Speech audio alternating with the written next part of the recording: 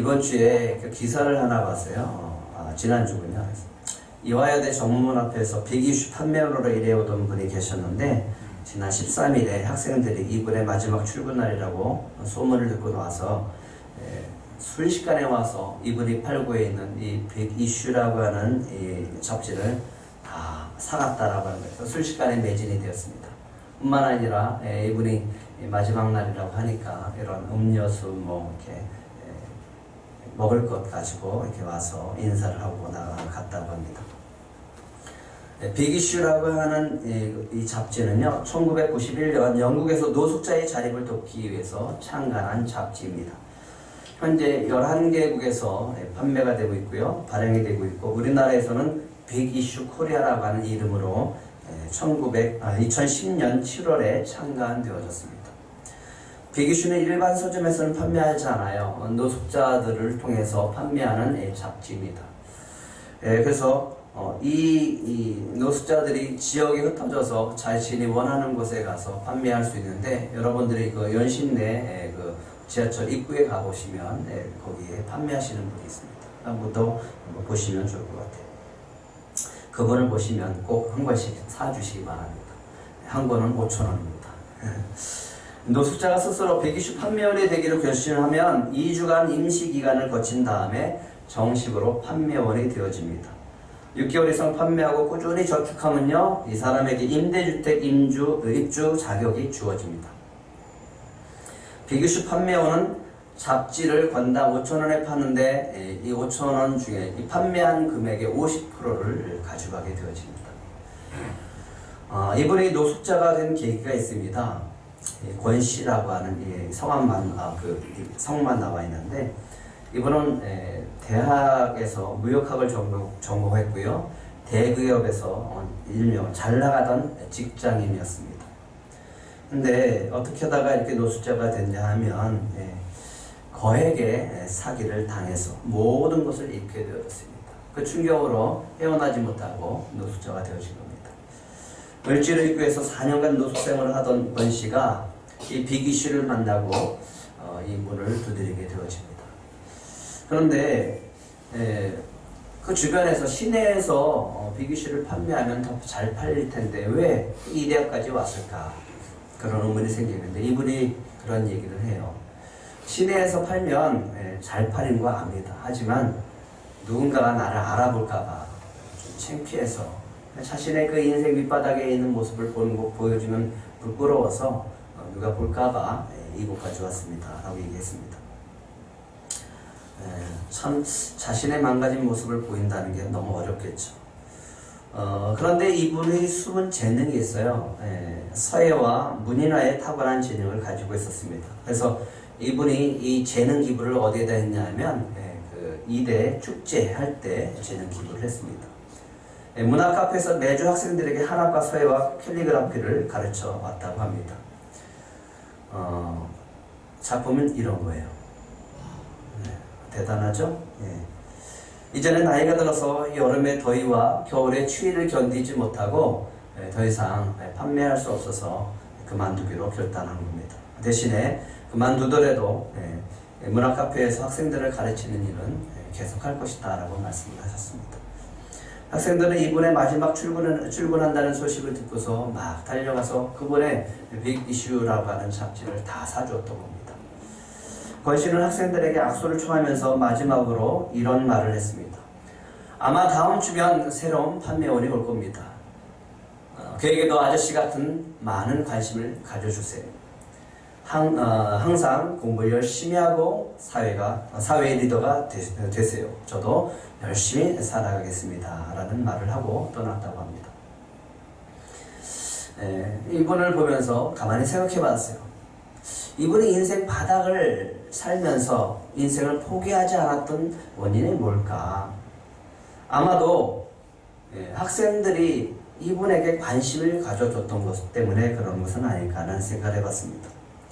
사람이 관심을 가지면요, 삶의 목표가 생기기 시작합니다. 아, 그래, 내가 저 아이들을 위해서, 저 학생들을 위해서 뭔가 해야 되겠다라고 하는 삶의 목표가 생겼다는 거죠. 그래서 문학 카페에서 그들에게 가르치는 일을 하셨습니다. 다시 일어날 수 있도록 길을 열어준 것은 빅이슈라고 하는 잡지였습니다. 그래서 그것을 팔아서 자기가 일을 할 수 있다라고 하는 그 마음 때문에 일을 하게 되어지면 사람이 살아갈 소망이 생겨지게 되어집니다. 하지만 인생의 바닥에서 다시 회복하고 자유를 얻을 수 있는 은혜의 길이 있습니다. 그게 뭘까요? 복음입니다. 복된 소식을 듣고 믿음으로 붙잡는 사람은 주님께서 반드시 그 영혼을 바닥에서 일으켜 세워줄 줄 믿습니다. 그것이 바로 오늘 말씀을 드리려고 하는 희년의 복음이다 라고 하는 겁니다. 예수님께서 공생애를 시작했습니다. 그래서 예루살렘에서 가버나움 쪽으로 올라가셨어요. 그리고 이제 본격적으로 가버나움에서 사역하시기 전에 어디를 먼저 가시냐면 고향이었던 나사렛으로 가십니다.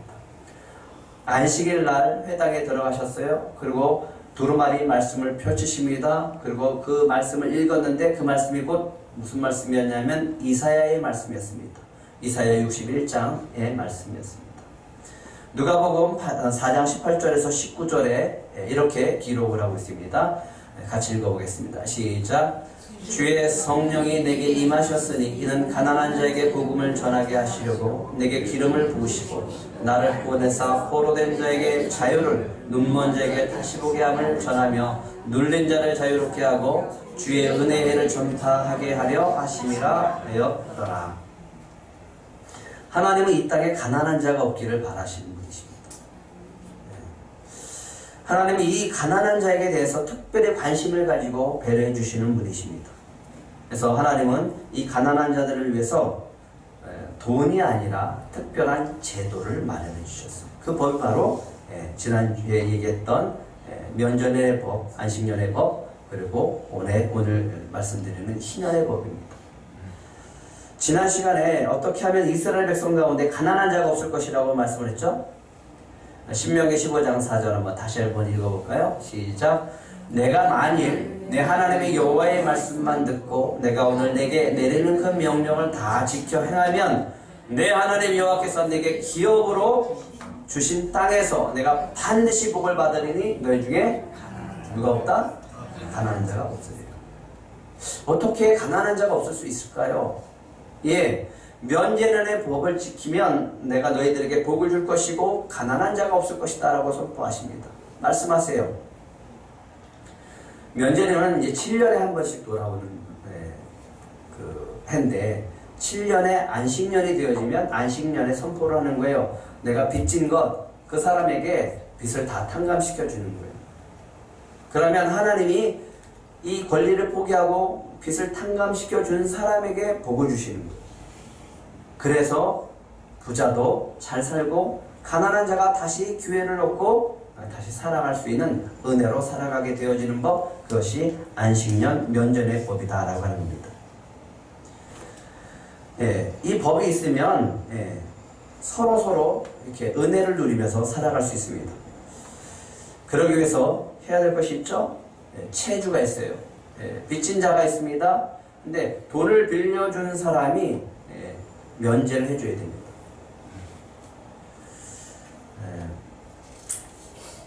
참 놀라운 법이죠. 그러면 빚진 자나 그 다음에 돈을 빌려준 자나 다 같이 하나님의 축복을 받기 때문에 이것이 곧 천국의 법입니다. 근데 가만히 생각을 해보세요. 가난이 좋아서 가난해지는 사람이 있을까요? 네? 가난이 좋으신 분이 있습니까? 네? 하지만 살다 보면 가난해지는 거죠. 내 실수로 또 남의 실수로 인해서 이렇게 예상치 못한 일들 때문에 가난해지는 경우가 있습니다. 근데 문제는요, 한번 가난해지고 넘어지면 실패하면 일어나는 것이 너무너무 힘들더라고요.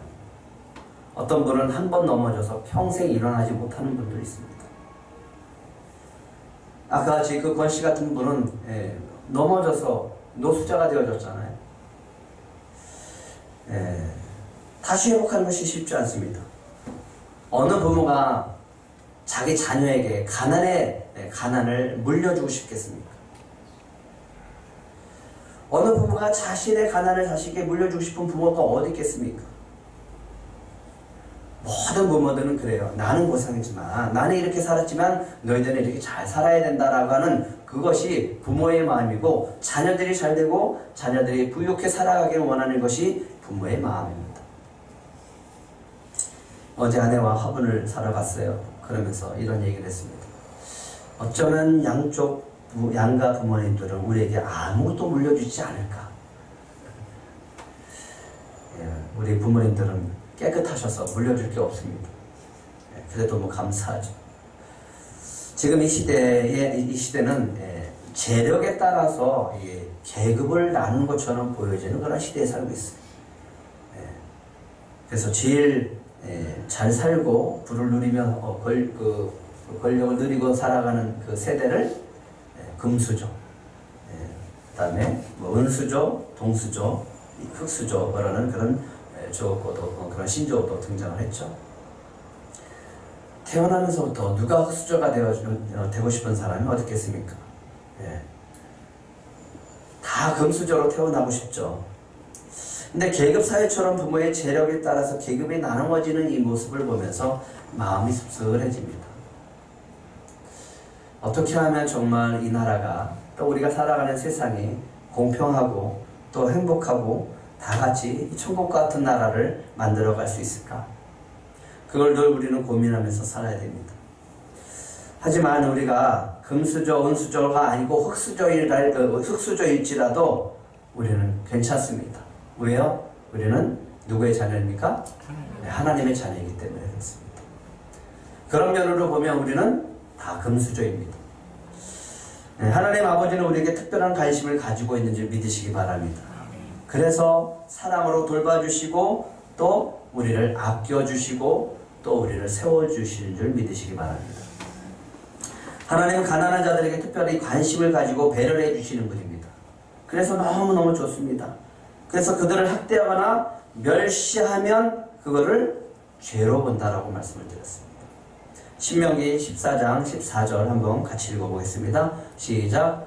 공공하고 비난한 품꾼은 너희 형제든지 내 땅 성문 안에 우고하는 객이든지 그를 학대하지 말며 그 품삯을 당일에 주고 해진 후까지 미루지 말라. 이는 그가 가난함으로 그 품삯을 간절히 바람이라. 그가 너를 여호와께 호소하지 않게 하라. 그렇지 않으면 그것이 내게 뭐가 된다? 죄가 된다. 가난한 자를 억울하게 하고 품삯을 제대로 주지 않으면 그 사람이 그래서 억울해서 하나님 앞에 호소하면 그 사람은 그게 죄가 된다라고 말씀하고 있습니다. 하나님이 이렇게 가난한 자들을 돌보시고 배려해 주시는 분입니다. 예수님이 이렇게 얘기했어요. 지극히 작은 자에게 한 것이 곧 누구한테 한 것이다? 나에게 한 것이다. 천국 공동체를 이루기 위해서는 형제를 서로 사랑하는 그런 모습으로 살아가야 됩니다. 마음이 그들을 향해서 갈 수 있어야 돼요. 가난한 자들에게 배려해 줄 수 있는 사회가 되어야 된다라고 하는 겁니다. 그리고 특별한 관심과 배려를 그들에게 해줘야지 이 사회가 천국 공동체, 또 교회가 천국 공동체가 된다라고 하는 겁니다. 그런데요, 가난하게 되어지면 문제가 생깁니다. 어떤 문제가 생기냐면 무서워하면 마음이 상해요. 쉽게 마음이 상해버립니다. 그래서 무슨 이야기를 듣거나 어떤 반응을 보면 굉장히 민감하게 반응할 수밖에 없습니다. 아무것도 아닌 것처럼 보일 수 있습니다. 하지만 가난하고 마음이 상한 자에게는 그게 크게 느껴지는 경우가 많습니다. 억울해요. 뭔가 억울해요. 서럽습니다. 그래서 눈물이 많습니다. 살아갈 소망이 없어집니다. 다시 일어나고 싶어도 일어날 용기가 없어요. 일어나고 싶어도 의지할 곳이 없습니다. 아니 스스로는 도저히 일어날 수 없어요. 그런 분들이 참 많습니다. 의지할 데가 없거든요. 그래서 뭘 의지하냐면 술을 의지하는 거예요. 술을 의지하다 보면 몸도 마음도 다 망가지는 겁니다. 마음이 상하면요, 다른 사람의 마음을 헤아려줄 여유가 없습니다. 왜? 그냥 나 혼자 살아가는 것도 힘들어요. 나를 간수하며 살아가는 것도 힘들어요. 다른 사람을 배려하고 다른 사람을 막 생각해주고 다른 사람을 뭘 도와줘야 되겠다라고 하는 그런 마음의 여유를 갖고 살아가기가 힘들어요. 왜? 당장 내가 힘들기 때문에. 내 몸 관리하는 것도 버겁고 누구를 생각해줄 여유도 없기 때문에 마음의 탄력성을 잃게 되어집니다. 그래서 조그만 문제가 생겨도 민감하게 반응하고 분노하게 되어집니다. 그래서 이런 분들에게 필요한 것이 있습니다. 관심이 필요해요. 사랑이 필요합니다. 그리고 기도가 필요합니다. 그런데 이 모든 것에 자유케 하시는 분이 있습니다. 누구십니까? 예수님이십니다. 예수님께서 가난한 자에게 무엇을 전해주셨다고 했죠? 가난한 자에게 복음을 전했어요. 어떤 자에게? 가난한 자에게. 가난한 자에게 복음이 전파되어지니까 그 영혼이 살아난다라고 하는 거죠. 가난한 자에게 자유를 주시는 분이 예수님이심을 믿으시기 바랍니다. 예수님을 만날 때 우리는 다시 살아나는 역사가 있게 되어집니다. 가난하면요, 포로가 되어집니다. 가정의 경제가 무너지면요, 포로가 되어져요. 우선 심령으로 절망이 찾아와요. 그리고 낙심이 되어집니다. 그리고 두려움이 찾아옵니다. 그래서 포로가 되어져요. 자신감을 잃게 되어집니다. 야, 이거 또다시 일어났다가 무너지면 어떻게 하나? 어떻게 다시 일어날 수 있을까? 아유, 안 돼. 나는 안 될 거야. 그러면서 사람들이 두려워지고 세상이 두려워집니다. 한번 무너지면요, 경제가 한번 무너지면 또 빚에 시달리게 되어지면 반드시 빚의 포로가 되어집니다. 돈의 포로가 되어져요. 뭘 막 하려고 해도 다 걸리는 게 다 빚 때문에 걸려지는 거예요. 빚의 포로가 된 사람, 이 사람들이 자유를 얻으려면 어떻게 될까요? 빚에서 자유롭고 싶어요. 그런데 어떻게 해서 빚에 자유를 얻을 수 있냐고요? 갚아야죠. 빚을 갚아야지 자유롭게 되어지는 거예요. 빚을 갚으려면 자기가 능력이 있어서 갚을 수 있어야 됩니다. 능력이 있어야 돼요. 능력이 없으면요, 다른 사람이, 여력이 있는 사람이 내 빚을 갚아줘야 됩니다.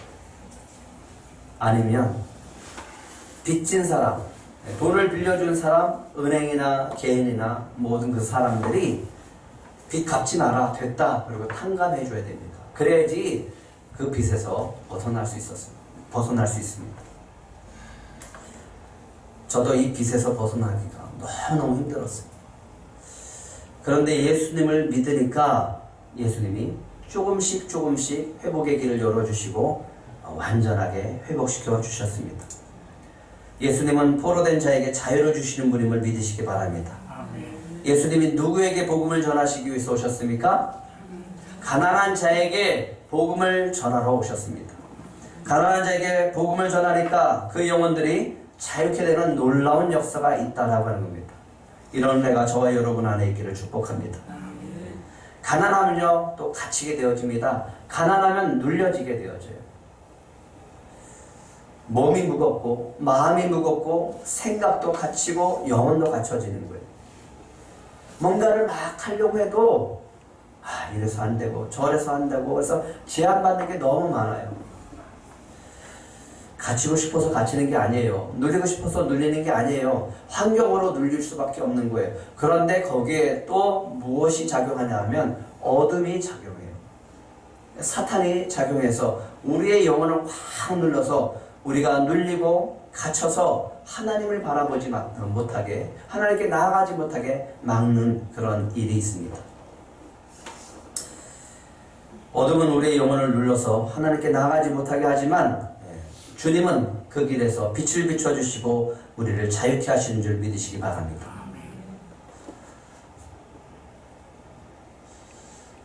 퍼스트 클래스 승객은 펜을 빌리지 않는다, 이런 책이 있어요. 스튜어디스 출신인 성공학 강사인 미츠키 아키코가라고 하는 그 여성이 쓴 책입니다.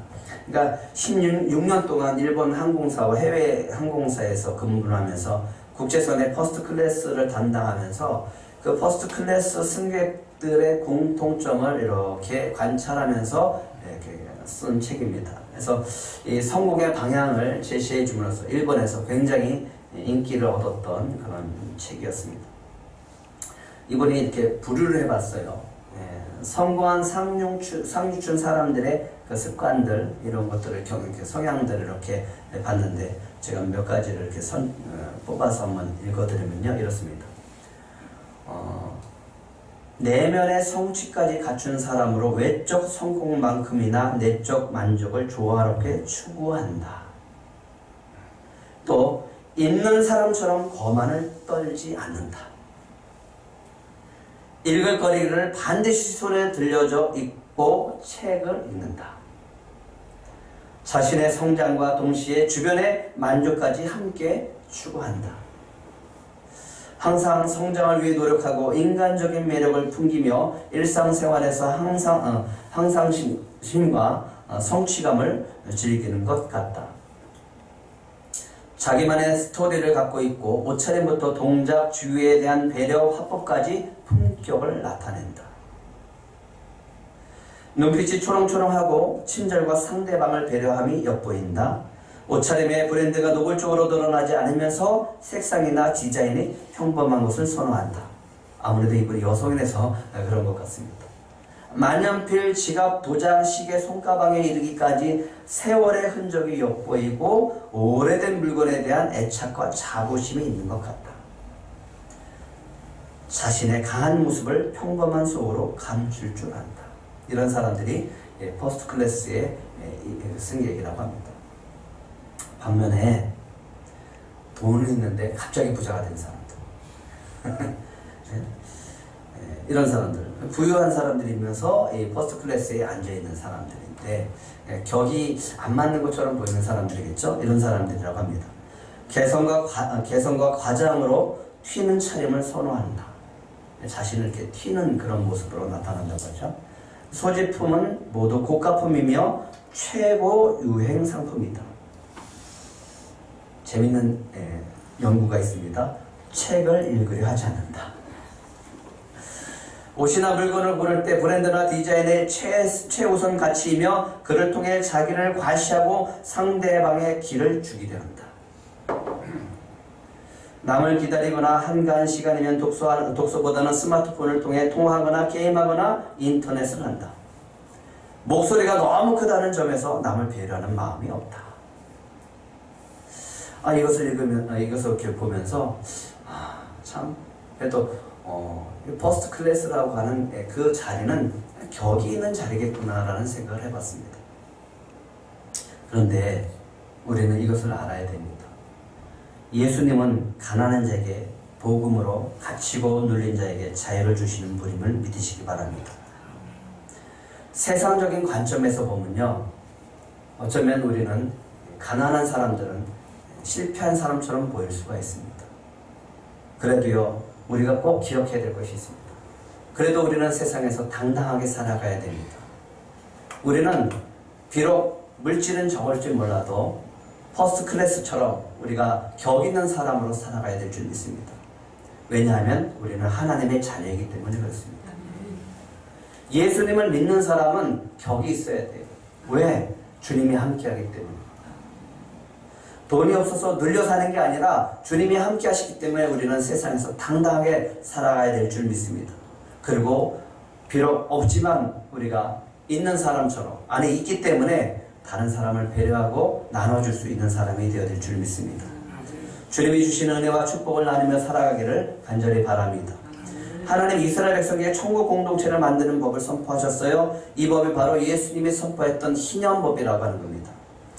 하나님이 이스라엘 백성에게 그들이 축복의 땅과 언약의 땅에 들어가면 반드시 이 법을 실천하고 살라라고 합니다. 7년의 안식년을 선포하고 50년이 되어지면 희년을 선포하라고 했습니다.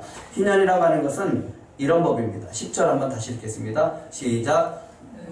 너희는 50년째를 거룩하게 하여 그 땅에 있는 모든 주민을 위하여 자유를 공포하라. 이에는 너희에게 희년이니 너희는 각각 자기의 소유지로 돌아가며 각각 자기의 가족에게로 돌아갈지며.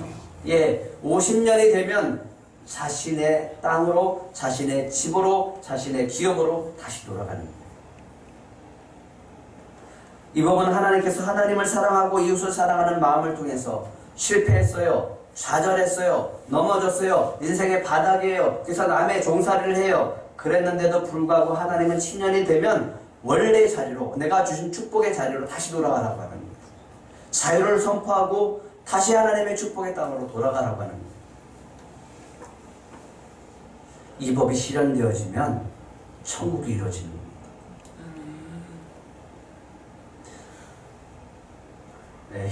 완식년에서는 그랬어요. 땅을 쉬게 해라. 땅을 쉬게 하면서 땅의 소유주는 누구 거다? 땅의 소유주는 하나님의 것이다. 그래서 땅을 투기하면 안 돼요. 땅을 가지고 투기하면 안 돼요. 하나님이심을 기억하라. 그래서 땅을 쉬게 하라고 하는 거예요. 또 한 가지는 안식년에 저절로 나는 소출은 누구 것이다? 주인 것이 아니라 가난한 사람들. 그 사람들을 위해서 주라고 하는 거예요. 심지어 들짐승들에게도 나눠주라고 하는 거예요. 소유주를 나가. 대신에 그것을 지키면 누구에게 복을 준다? 지키는 이스라엘 백성에게 복을 준다라고 하는 거예요.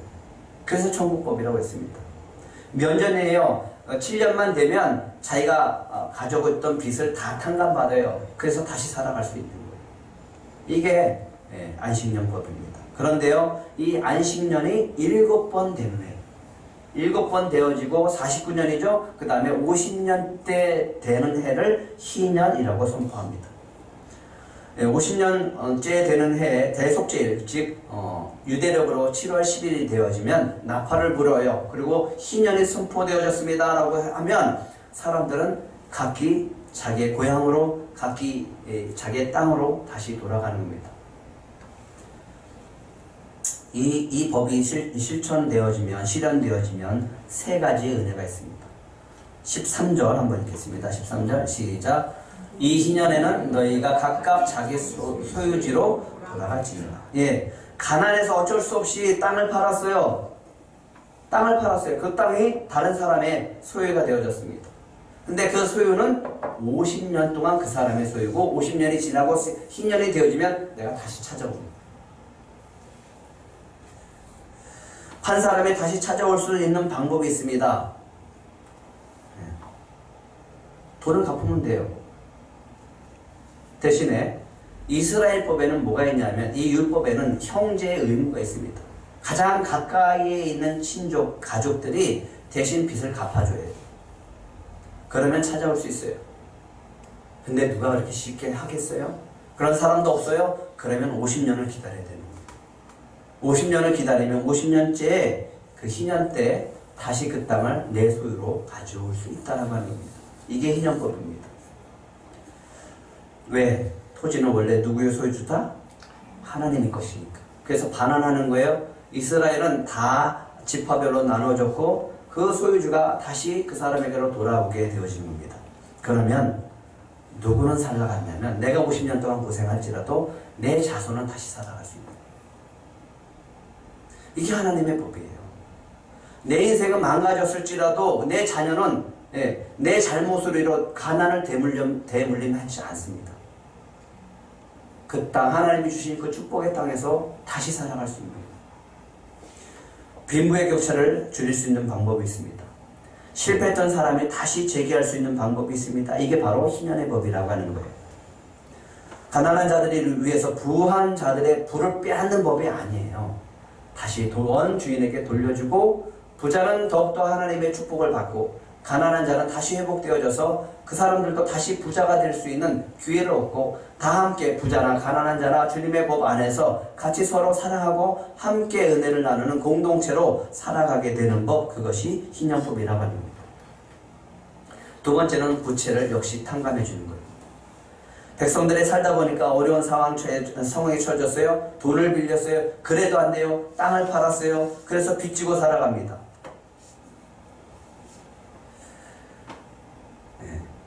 그랬을 때 가까운 형제가 아까 얘기했죠. 빚을 갚아줘야 돼요. 그런데 그런 형제가 없어요. 그러면 희년이 되어지면 그때 그 빚을 다 탕감시켜 주는 겁니다. 그런데 여기 유념해야 될 법이 하나 있습니다. 뭐냐면 만약에 내가 빚 때문에 종으로 팔리는 경우가 있어요. 남의 집 살이하게 되어지는 거예요. 빚 때문에. 그러면 그 사람이 내 집으로 들어오면 그 주인은 그 사람을 종으로 함부로 부려서는 안 됩니다. 왜? 지금의 상태는 종이지만 원래는 우리 형제이기 때문에 그래요. 가족이기 때문에 그래요. 공동체이기 때문에 그래요. 하나님이 사랑하는 백성이니까 내 종으로 내 노예처럼 막 부려서는 안 된다는 거예요.